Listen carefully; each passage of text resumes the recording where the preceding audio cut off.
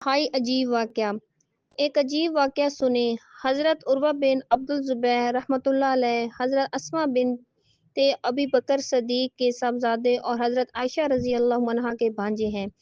ان کا ایک عجیب اور حیرت انگیز واقعہ کتابوں میں لکھا ہے، وہ یہ کہ حضرت عمر بن عبدالعزیز رحمۃ اللہ علیہ خلیفہ بننے سے پہلے کا واقعہ بیان فرماتے ہیں کہ ایک رات میں اپنی چھت پر سویا ہوا تھا کہ راستے پر آوازیں محسوس کی اور جھانک کر دیکھا تو کیا دیکھتا ہوں کہ شیاطین چوک در چوک آ رہی ہیں، یہاں تک کہ میرے مکان کے پیچھے ایک کھنڈر میں جمع ہو گئے۔ پھر ابلیس بھی آ گیا اور اس نے چیخ کر کہا، کون میرے پاس عروہ بن عبدالزبیر کو لائے گا؟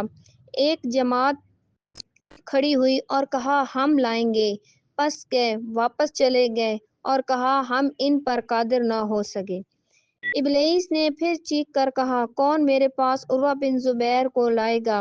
تو ایک اور جماعت اٹھی اور کہا کہ ہم لائیں گے، اور یہ جماعت بھی جا کر واپس آ گئی اور کہا کہ ہم ان پر قادر نہیں ہو سکے۔ اس پر وہ پھر بہت زور سے چیخا، حتیٰ کہ میں یہ سمجھا کہ زمین شق ہو گئی۔ پھر چیخ کر کہا، کون میرے پاس عروہ بن زبیر کو لائے گا؟ تو ایک تیسری جماعت اٹھی اور کہا کہ ہم لائیں گے، اور یہ جماعت بھی جا کر بہت دیر میں واپس آ گئی اور کہا کہ ہم ان پر قادر نہیں ہو سکے۔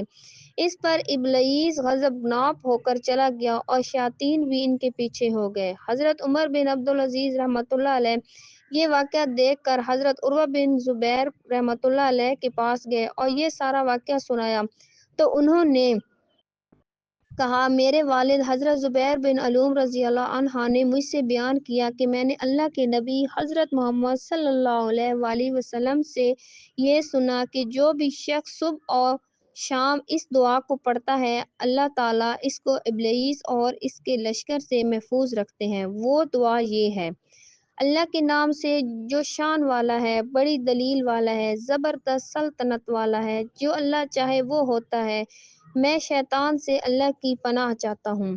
اس سے معلوم ہوا ہے کہ ابلیس اور اس کا پورا لشکر حضرت عروہ بن عبدالزبیر پر اس دعا کی برکت سے قادر نہ ہو سکا جو انہیں اپنے والد کے واسطے سے نبی کریم صلی اللہ علیہ وآلہ وسلم سے پہنچتی تھی۔